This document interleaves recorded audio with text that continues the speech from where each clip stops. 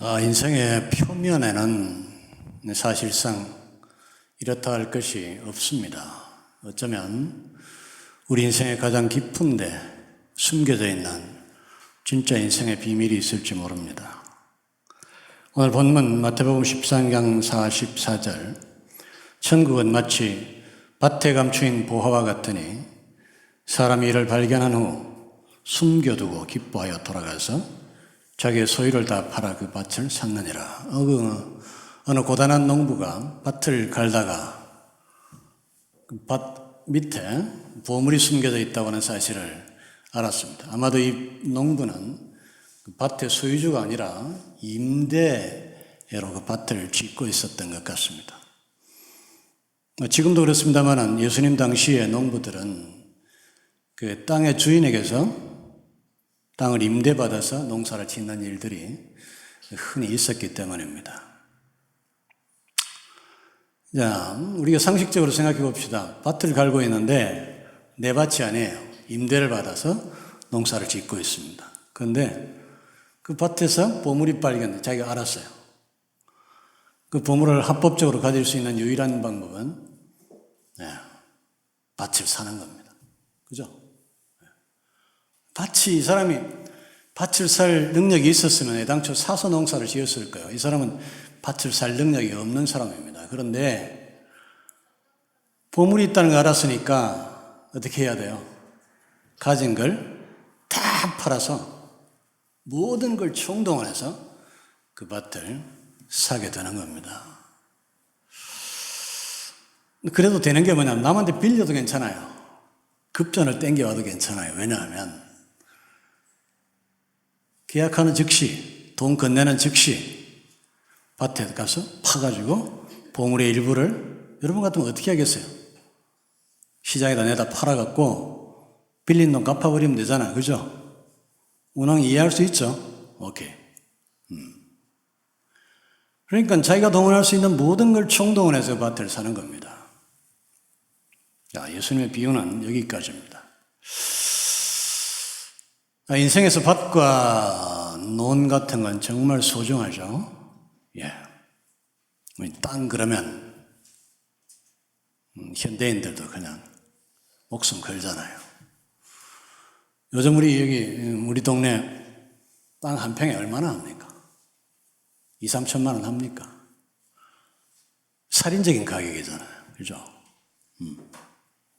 소중합니다. 그래서 우리 인생은 어쩌면 그 땅과 밭, 논, 여기에 우리 모든 인생을 걸고 거기에 몰두하고 함몰하고 매장되는 경향이 있습니다.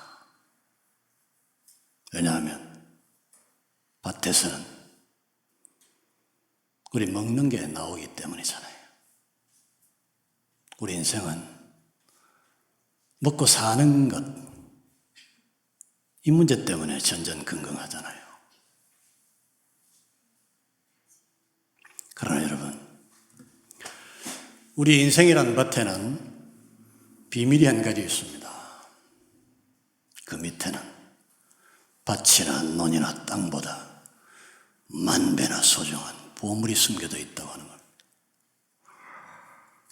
우리 인생은 그저 밭이나 가는 그런 존재가 아닙니다. 우리 인생의 진짜 정체는 그 안에 감추어진 진짜 보물에 있다고 하는 사실을 여러분이 알아야 합니다. 그걸 발견하고 그것을 찾아서 사서 여러분이 그것을 소유하는 은혜가 있게 되시기를 주의 이름으로 축원합니다. 자, 농부의 밭에 숨겨져 있는 보물은 우리가 정확하게 모르겠어요. 우리 예수님이 보물이라고 그랬으니까. 그게 금광일 수도 있고 금맥일 수도 있고 누군가 숨겨놓은 보물, 그걸 뭐라 그래요? 보물 박스가 아니고 보물 상자. Right? 보물 상자일 수도 있어요. 그러나 우리 인생에 있어서 우리 인생의 깊은 곳에 숨겨져 있는 우리 인생의 보물은 뭔가요? 예수 그리스도이십니다. 아멘. 우리 인생에 숨겨져 있는 예수 하나님 발견하면 그게 바로 우리의 보물이고 우리의 가장 소중한 것이 될 겁니다. 그리고 그 보물은 예수와 하나님이라고 하는 그 보물은 우리에게 땅이 줄 수 있는 것보다 훨씬 더 많고 풍부한 만배나 소중한 것들을 우리에게 제공해 줄 수 있을 것입니다. 예수 그리스도는 우리에게 죄를 극복하게 하시는 죄사함의 축복과 하나님의 자녀라고 하는 이름을 회복할 수 있는 은혜와 또 영원한 생명과 천국과 이 땅에서의 부여와 형통과 자유를 하나님께서는 우리에게 허락해 주실 것입니다. 저와 여러분의 인생을 팔아서 예수와 하나님과 그분들이 주시는 모든 것을 구입해서 그것을 소유로 삼아 무한히 풍족해지는 은혜가 저와 여러분이 있기를 바랍니다. 이 시점에서 우리가 천국에 관해서 조금 생각해 볼 필요가 있다는 생각을 해요. 이 천국론을 따로 떼서 설교할 수 없잖아요. 이게 약간 지나가면서 할 필요가 있습니다. 자, 여러분, 농부의 밭에 숨겨져 있는 보물이 농부에게 무엇을 제공합니까?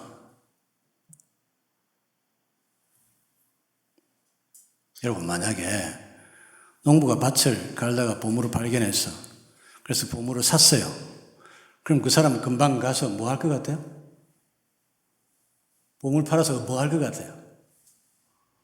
결국 쌀 사야죠. 그렇잖아요. 입을 거 사야죠. 그 밭에서 농사 지어서 나오는 소출을 가지고 구하려고 했던 것을 보물을 팔아서 구한다고. 다만 보물은 뭐가 차이겠죠? 밭에서 뼈 빠지게 땀 흘리며 하는 것보다도 가만히 앉아서 그냥 무한히 많이 주어진다는 것 외에는 차이가 없어요.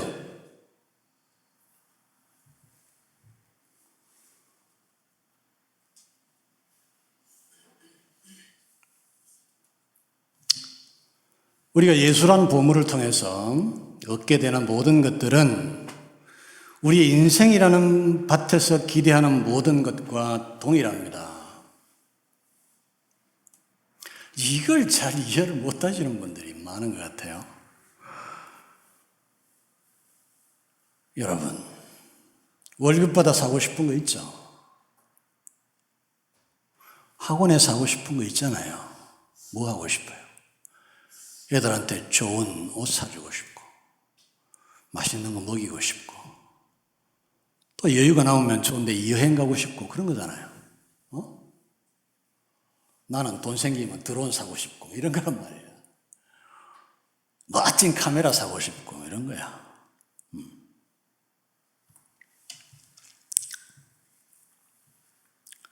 다만 그게 우리가 예수 그리스도라는 보물을 통해서 얻게 되는 것도 같은 거라고 하는 사실을 여러분이 이해하셔야 돼요. 명심하셔야 돼요. 다만 어떻다고요?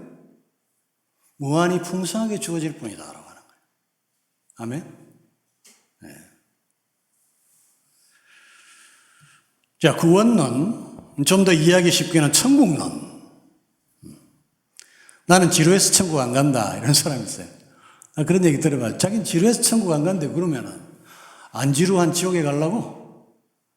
뭐 뜨겁고 좋을 거야 아마. 거긴. 천국은 지루해서 안 간대. 이 말이 천국에 대한 오해를 단적으로 보여줍니다. 천국 가면 여러분 뭐 할 것 같아요? 하얀 옷 입고 맨날 이렇게 걸어 다닐 것 같아요? 지루해서 어떻게 해? 다시 말씀드리지만 천국 가면 여러분이 월급 받아 사고 싶은 그걸 마음껏 할 수 있는 게 천국입니다. 아멘. 예수님이 그걸 무한히 영원히 우리에게 제공해 준다고 하는 것이 다를 뿐입니다. 쾌락이나 풍요나 자유가 여러분 나쁜 거라고 생각하세요? 성경에 그게 써 있는 것처럼 사람들이 생각해요. 쾌락이나 풍요나 자유는 성경이 지지하고 인정하는 우리 인간의 기쁨이고 하나님이 우리에게 주신 축복입니다. 여러분, 내가 극단적인 얘기 하나 할게요. 마약 있잖아요. 요즘에 마약의 고마움을 얼마나 느끼는지 몰라요. 여러분 다 아시죠? 우리 장모님이 지금 많이 아프신 거. 약 안 쓰면 너무 고통스러워 견딜 수 없어요. 근데 그 약을 쓰시면 일단 고통이 멈추는 거예요. 여러분, 마약이 나쁘다고 성경에 쓰여 있는 거 본 적 있습니까? 그 양귀비든 뭐든 그조차 하나님의 선하신 창조물이라고 하는 사실을 여러분이 이해하셔야 돼요.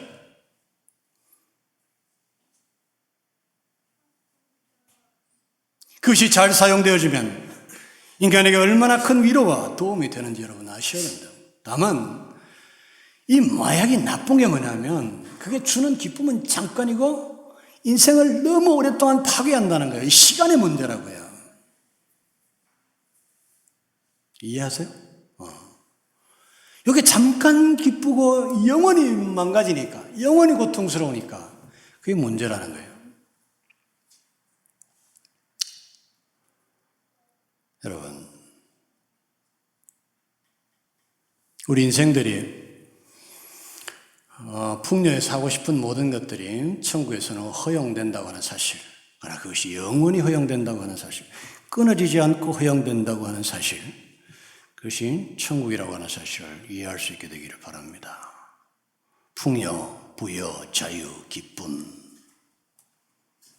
모든 것들, 즐거움이 모든 것들이 무한히 그리고 영원히 무한대로 우리에게 제공되는 것이 천국입니다. 자, 적용해 볼게요. 여러분 이렇게 얘기하면 이해가 잘 안 될 거예요. 우리 어머니는요 고스톱 치시는 걸 너무 좋아하세요. 권사님이신데 여러분 중에 혹시 고스톱 그러면 자다가 일어나는 분 없습니까? 비울로 가갖고 있게 돼 있는데 적어도 한두 명. 우리 어머님은 권사님인데 자기가 당신이 고스톱을 너무 좋아하니까 이게 늘 죄책감이 있는 거야. 이래도 되나요? 우리 어머니 고스톱이 왜 나빠요? 마음껏 치세요. 근데 우리 어머니는 아들 목사가 양 목사 같지 않은가 봐. 내 말 안 믿어. 고스톱이 왜 나빠요? 그걸 막 1,000만 원, 2,000만 원 걸고 그걸 가지고 투기를 하면 문제지만 10원, 100원 이거 가지고 그 시간 때우고 노인들이 즐거운데 그게 왜 나빠? 그게 왜 나빠? 여러분, 천국에 가면 우리 어머니처럼 고스톱, 우리 장인어른도 고스톱 엄청 좋아하셨거든요. 천국에는 6박 7일 고스톱을 쳐도 누가 아무 말도 안 하는 데가 천국이란 말이에요. 밥 차려달라는 얘기도 안 하고 밥 먹으러 가기 귀찮으면 딱 이렇게 쳐다보면 옆에 과일이 막 쌓여있고 밥이 쌓여있는 게 그게 천국이라고. 낚시 좋아하시는 분들은 천국 가면 우리 낚시하도 됩니다. 천국에 가면 찬양 집회가 있다고 여러분 생각하시죠? 있습니다. 하나님을 찬양하는 천군천사와 함께 우리가 모두 모여서 하나님의 영광을 찬양하는 집회가 있습니다. 여러분 아셔야 돼요. 내가 확실히 믿지만 고스톱보다 낚시보다 확실히 수천만의 천군천사와 함께 하나님을 찬양하는 그 예배가 여러분들에게 더 큰 기쁨이 될 것이 확실합니다. 취미도 바뀌잖아요, 자꾸.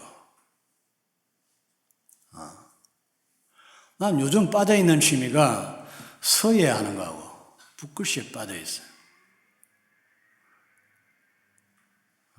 그 다음에 수채화 그리는 거 너무 좋아요. 수채화 정말 잘 그리시는 분들 보면 미치겠어요. 따라하고 싶어요. 또 취미가 어디로 튈지 모르는 일이죠. 여러분의 취미가 고스톱에서 낚시해서 천국에 가면 하나님을 찬양하는 찬양 집회 쪽으로 취미가 상당히 바뀔 거라고 나는 생각합니다. 자, 천국은 그런 겁니다. 예. 자, 우리 인생은 고단한 우리의 삶 그 저변에 숨어 있는 하나님이 주시는 예수 그리스도가 주시는 모든 좋은 것들, 천국을 포함한 모든 좋은 것들, 그것을 바꾸는 것이 우리 인생이다. 우리 인생을 정의하면 이 고단한 인생을 천국의 것으로 바꾸고 그것을 구매하고 그것을 소유하는 것이 우리 인생의 정의고 우리 인생의 목표다라고 하는 것이 우리 예수님의 한결같은 생각이십니다.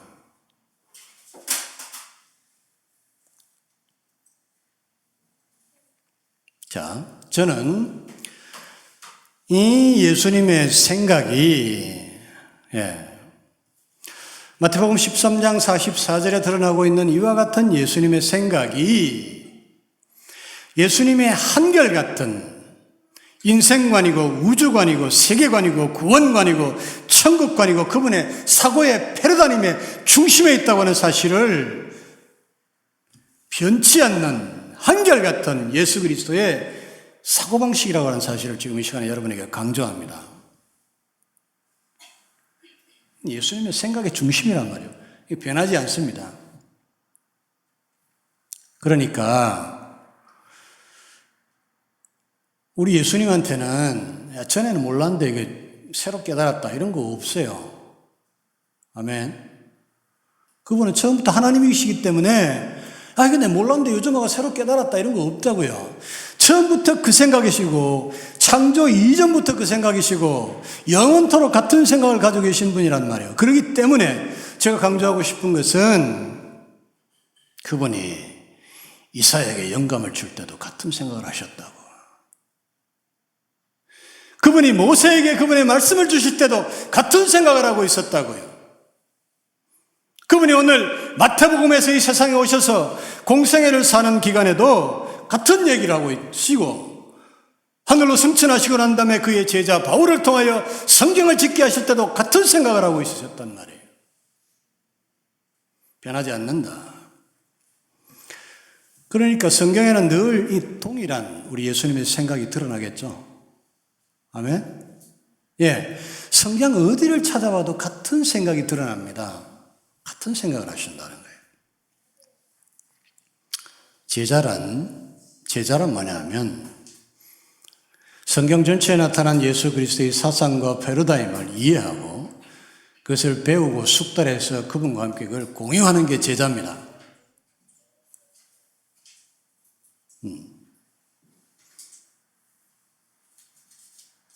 이게 원활해지면 바로 너희가 내 안에 내 말이 너희 안에 있다라고 하는 경지에 도달하는 거예요. 이해되세요? 예수님의 생각과 내 생각이 동일해지면 내가 생각하는 게 예수님의 생각이고 예수님의 생각이 내 생각이 되는 경지에 도달하게 되는 겁니다. 무엇이든지 원하는 대로 구하라. 그리하면 이루리라. 아멘? 그리고요, 제가 오늘 강조하고 싶은 것은 이 경지에 도달하면 이것과 관련된 예수님의 모든 얘기를 이해하는 게 전혀 어렵지 않다는 거예요. 성경에 해석하는 게 쉽다는 거예요. 왜? 같은 생각, 같은 패러다임으로 같은 말씀을 하고 있기 때문에 무슨 말씀을 하셔도 그게 금방 이해가 된단 말이에요.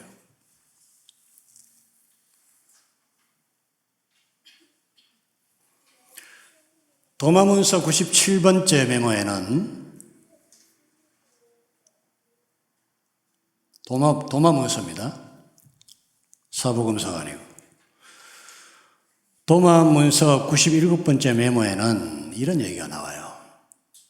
어떤 여자가 나오는데요. 여자가 머리에 항아리를 이렇게 이고 집으로 가는데 항아리 음식이 가득 차 있어요. 근데 항아리에 문제가 생겨 구멍이 나가지고 그 가득 들은 음식이 가는 동안 내내 조금씩 흘러가지고 집에 갔더니 항아리 이렇게 내려놓고 보니까 그 항아리에 아무것도 안 남았어. 예수님께서 천국은 이와 같으니 라고 얘기했다는 거예요.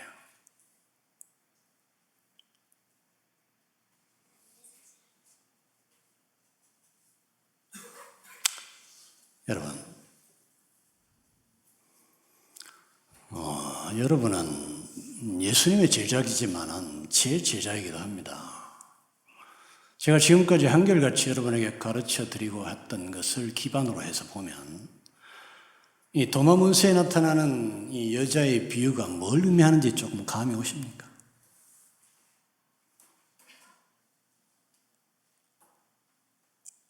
우리 이봉택 집사님. 감이 좀 오시죠? 느낌이 오잖아요. 그죠? 재환 집사님, 느낌이 좀 오십니까? 네, 오신다고 그래요.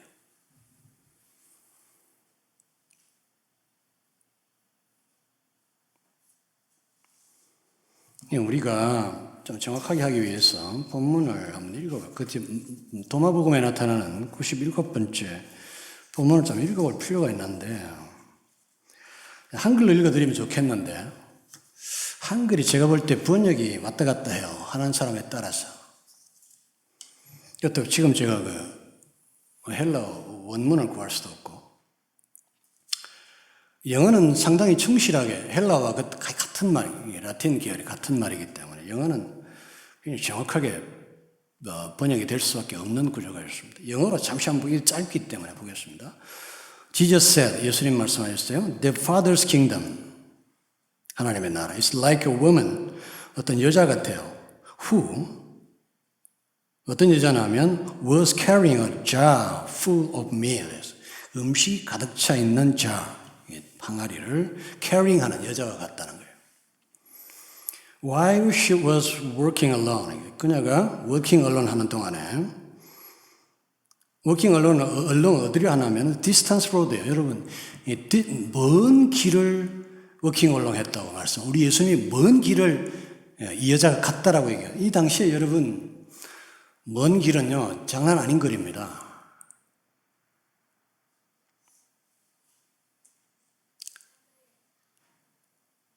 여러분, 제가 어렸을 때 초등학교 1학년 입학해서 갔던 학교가 시골 산 꼴짝이에, 내가 굳이 구글어스를 열어가지고 재봤어. 하도 먼 것 같아가지고. 우리 집에서 우리 진정 초등학교 국민학교까지네, 그 당시 국민학교. 직선거리로 얼마냐면 딱 2.3km가 나와.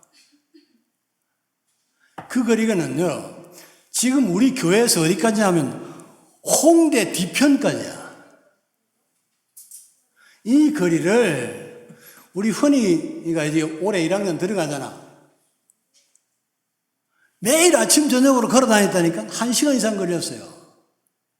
근데 그거는 매일 애들이 학교 가는 거리야. 이해하세요? 내가 언제 한번 식당에 갔다가 우리 연재 데리고 걸어간다 그랬다가 난리 난 적 있지. 교회가 다 뒤집어졌잖아, 한번. 그 먼 거리를 애를 데리고 걸어간다. 반은 내가 안고 왔어. 얼마 안 돼요. 그 거리, 그래 봐야. 애가 그런 거리는. 내가 볼 때는 1km 정도 돼요. 그 중에 반은 내가 안고, 업고 왔고. 요즘 사람들은 거리가 몇 발짝 걷는 걸 무서워한다니까. 옛날 사람들은 안 그랬어요. 우리 어머니를 생각해 보면, 필요하면 한 3, 40km는 그냥 걸었어요. 30km면 어딘지 아십니까? 집에 수원까지입니다, 여러분. 거기 갔다 와서 내가 먼 길을 갔다 이렇게 말 안 해요. 이 여자는 그보다 훨씬 더 먼 길을 간 거예요. 얼마쯤 되는 거리일까? 자, the handle of the jar. 이 부분 잘 이해가 안 돼요, 저도. 그 항아리의 손잡이가 broke, 깨졌어요. 그래갖고 the meal spilled 했어요. 이 spilled는 액체를 말해요. 액체가 새는 걸 얘기해요. 그러니까 아마도 여자는 아마 우유 같은 이런 액체를 이렇게, 예수님이 그런 지금 메타포를 그렇게 구성하고 계신 거예요. 액체로 된 양식을 이렇게 때문에 이게 조금 새버린 거예요. Behind her, 그녀 뒤쪽으로. 좀 재밌는 거죠. Along the road, 길을 쭉 길어가다 다 그 음식이 다 쏟아졌어요. She didn't know it. 그녀는 몰랐죠. She hadn't noticed. 여러분 이거 잘 아시죠? had 플러스 pp, 대가가 과거 완료. 몰랐어요. 전혀 몰랐어요. 문제를. 언제? When she reached her house. 그녀의 집에 도착할 때까지 몰랐어요. 자, 그녀의 집에 도착한 게 과거고, 그죠? 그 이전에 뭘 했어요? 그냥 여자가 몰랐다는 거예요. 계속 모르고 집까지 도착했다. 집에 도착했어야 알았다는 거예요. She put the jar down. 그 항아리를 밑에 내려놓고 discovered that was empty. 비었다는 걸 그때 발견했어요. 이게 지금 예수님이 비유로 말씀하신 거예요.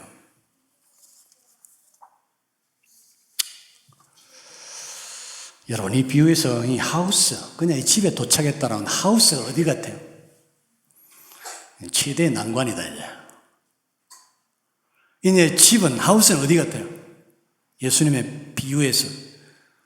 힌트 좀 드릴게요. 내가 아까 조금 전에 설교했던 우리 본문, 마태복음, 우리가 얘기했던 이 집이 어디 같아요? 우리의 영원한 본향, 마지막 집, 천국. 도착해 보니까 인생 동안 내내 그 먼 길, 또 스캐링 했던 그게 전부 다 스필드 아웃 돼버린 거야. 가보니까.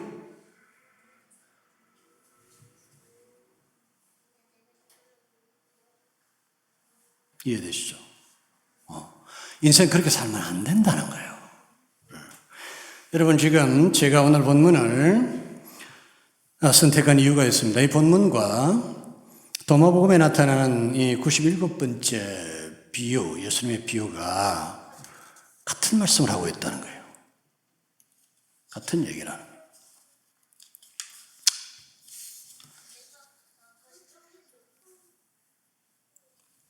그리고 보면 distance road라고 하는 먼 길이라고 하는 것도 이해가 되잖아요.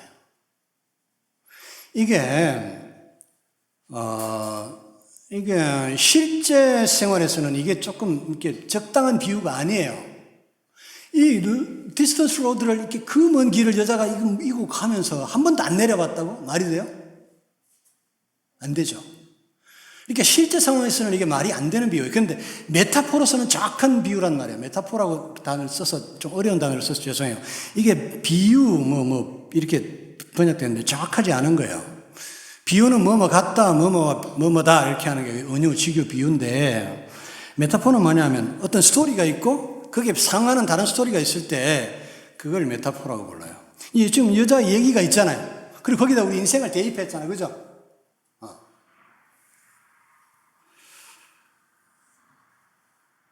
신주단지 모시듯이 이렇게 인생 내내 긴 인생을 얘기하니까 그 길이 길었다고 예수님이 지금 말씀하시는 거예요. 아시겠죠? 우리 인생 내내 그 길고 긴 인생길을 가는 동안에 우리는 신주단지 모시듯이 우리가 먹고 사는 것들을 모시며 살아왔단 말이에요. 그런데 그게 천국에 가서 보니까 아무것도 아니고 비어버렸단 말이에요. 거지같이처럼 된 거예요. 이 얘기를 예수님이 하시고 있습니다. 현생을 지키려 하면 잃고 이르려 하면 얻는다. 현생의 밭은 죽도록 고생만 하고 고생이 끝나면 공급도 없어진다. 인생의 밭이요 양식은 죽도록 옮겨봐야 정작 집에 가면 남는 게 없다. 이런 얘기를 예수님이 하시면 그래서는 안 된다. 밭에 감추인 부화를 사라. 아멘이 있으시길 축원합니다. 우리 인생은 그 고생해서 자꾸 새는 이 항아리 메고 가는 게 아니란 말이에요. 1년 내내 농사 지어봐야 들똥말똥한 음식 짓고 다음에 또 농사 지어야 되는 그 고단한 농사를 짓는 게 우리 인생이 아니라 영원한 예수 그리스도 천국을 준비하는 것이 저와 여러분의 인생의 본질이고 그것이 우리 인생의 핵심이라고 하는 사실을 깨달으신 은혜가 있기를 바랍니다. 여러분, 저는 아직도 김영옥 씨를 비판하고 있습니다.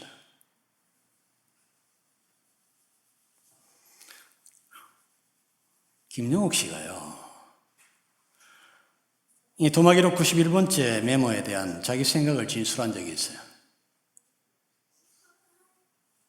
뭐라 그러냐면, 이러면서 이게 자기가 뭐 대단한 해석을 한 것처럼 막 처음에 할 듯 말 듯 고민을 많이 해가지고 파이널한 해석을 자기가 도달했다는 거예요. 그리고 그 도달한 그런 해석은 자기가 동서양 어디를 찾아봐도 자기처럼 명쾌하게 해설하는 게 없대요. 그 비었다, 여자의 그 항아리가 비었다. 굉장히 힘들어 해석을 했는데 결론이 뭐냐면 항아리가 비었다라는 얘기는 결국 인생은 공허다라는 얘기를 하고 있다는 거예요. 그게 노장사상하고 맥을 같이 한다라고 하는 주장입니다. 여러분, 우리 지금 예수님이 이 항아리 비유를 하면서 인생은 빈 거다라는 얘기를 하는 거예요? 아니면 빈 인생을 살아서는 안 된다는 얘기를 하고 있는 거예요?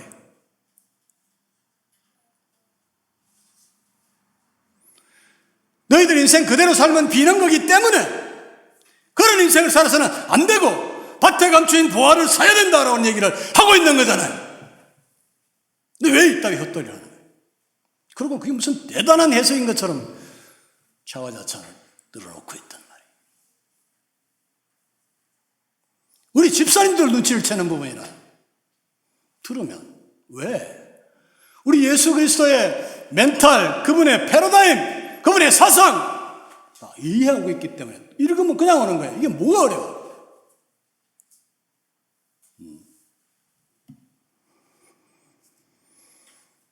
여러분, 우리 예수님은 천국은 이렇게 말씀하시면서 실패 사례를 굉장히 많이 말씀하셨죠. 그죠? 천국은 그러면서 예수님이 실패 사례 말씀하시는 게 뭐가 있어요? 네, 혼인잔치에 사람들을 초청한 비유를 말씀하셨어요. 아무도 안 갔어요. 그러니까 이 막 잔치를 배설해 놨는데 아무도 안 오니까 이 왕이 너무나 속상해가지고 야 길거리 가서 야 음식 다 식는다 이거 사람들 데리고 와라 이랬단 말이에요. 그러니까 아무나 데리고 왔어요. 그런데 그 중에 또 예복 안 입고 온 사람이 있어갖고 또 쫓아내가지고 난리가 그 얘기를 예수님이 하셨단 말이에요. 실패한 얘기를 왜 하실까요? 천국은이라고 해놓고 좋은 얘기만 하셔야 되는데 왜 안 좋은 얘기를 하실까요? 여기 이 여자처럼 실패한 얘기를 왜 하실까요? 천국에 가면 이 인생의 실패가 그대로 드러나기 때문입니다.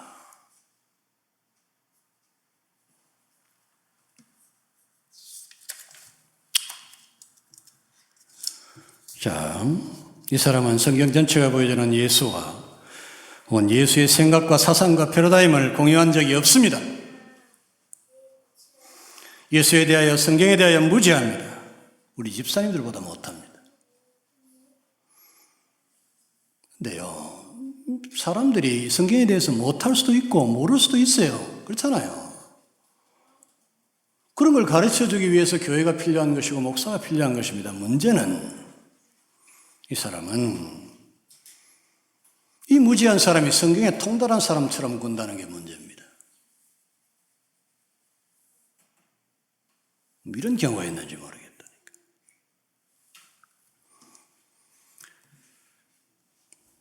은희야, 요즘도 책 많이 봐? 틈만 나면 책 보지? 너 시간만 나면 무조건 책 보고 싶은 사람이지? 아니야? 책 좋아하잖아. 난 네가 살다가 은희야, 혹시라도 김영옥 씨 책을 만나게 될까 봐 두렵단다.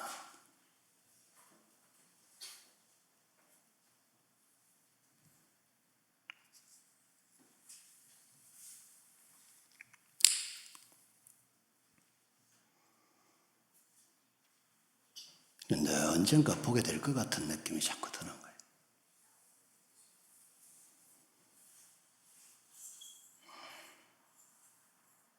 혹시 인생을 살다가 은혜야, 이 패역한 사람의 글을 만나게 되면 우리 목사님이 이 사람을 비판한 적이 있다고 하는 사실을 기억할 필요가 있다.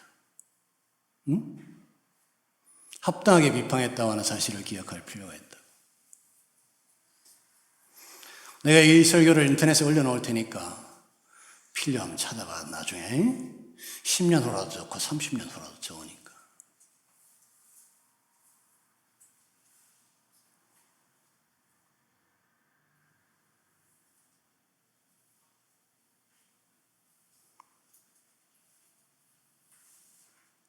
자, 저 사람들이 예수를 깔아뭉개고 낮추고 싶어하는 도마의 어록 메모에 나타나시는 예수님의 음성에서조차 마태복음 13장 44절의 말씀이 들리고 있다는 사실을 기억할 필요가 있습니다.